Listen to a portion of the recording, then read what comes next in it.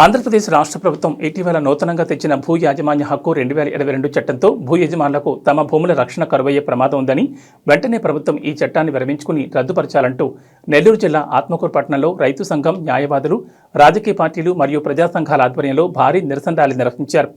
ఆత్మకూరు బస్టాండ్లోని అంబేద్కర్ విగ్రహం నుంచి ఆర్డీఓ కార్యాలయం వరకు నిరసన కార్యక్రమం చేపట్టారు. రైతులకు ఇబ్బంది కలిగించే ఈ నూతన భూ చట్టాన్ని వెంటనే రద్దుపరచాలని నినాదాలు చేస్తూ ఆర్డీఓ కార్యాలయం వరకు ర్యాలీ నిర్వహించారు. కార్యాలయం ఎదుట నిరసన తెలియజేసి అనంతరం ఆత్మకూరు ఆర్డీఓ మధులతకు వినతి పత్రాన్ని అందజేశారు. ఈ కార్యక్రమాన్ని ఉద్దేశించి పలువురు మాట్లాడుతూ వెంటనే ఈ చట్టాన్ని రద్దుపరచాలని, ఈ చట్టం అమల్లోకి వస్తే భూ ఆస్తుల ప్రక్రియ అస్తవ్యస్తమవుతుందని, రైతులకు వారి భూములపై హక్కు కోల్పోయి ఆక్రమణదారులు, భూ కబ్జాదారుల పెత్తనం చలామణి జరుగుతుందని, కాబట్టి ఈ చట్టాన్ని వెంటనే రద్దు చేయాలని ఈ సందర్భంగా వక్తలు తెలిపారు.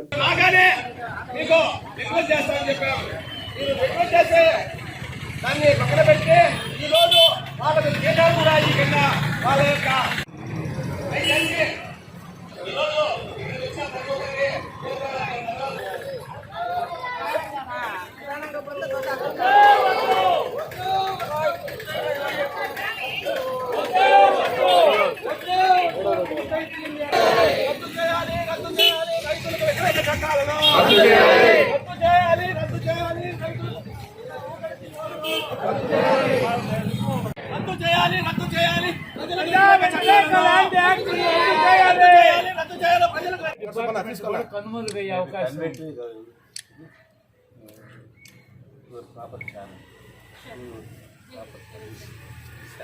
ఇది మాకు ఇప్పటి వరకు నీ పేరుతో అడంగులు నీ పేరుతో ఉంటుంది, 1B నీ పేరుతో ఉంటుంది, 6 నీ పేరుతో ఉంటుంది. ఇట్లా రెవెన్యూ రికార్డుల్లోనూ లేదా మున్సిపల్ రికార్డుల్లోనూ ఏదన్నా మార్పులు చేర్పులు రాజకీయాల వల్ల జరుగుతున్నాయి.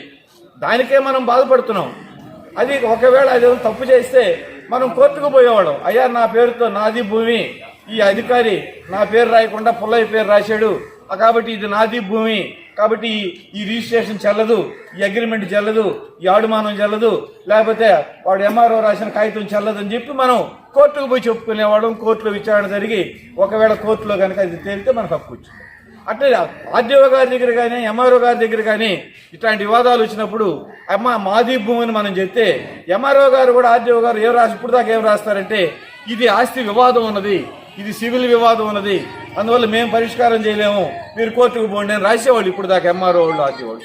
ఈవేళ ఇంకా రాయరు. ఎంఆర్ఓలతో పని లేదు, ఆర్డీఓలతో పని లేదు, రిజిస్టర్ ఆఫీస్తో పని లేదు, కోర్టుతో పని లేదు.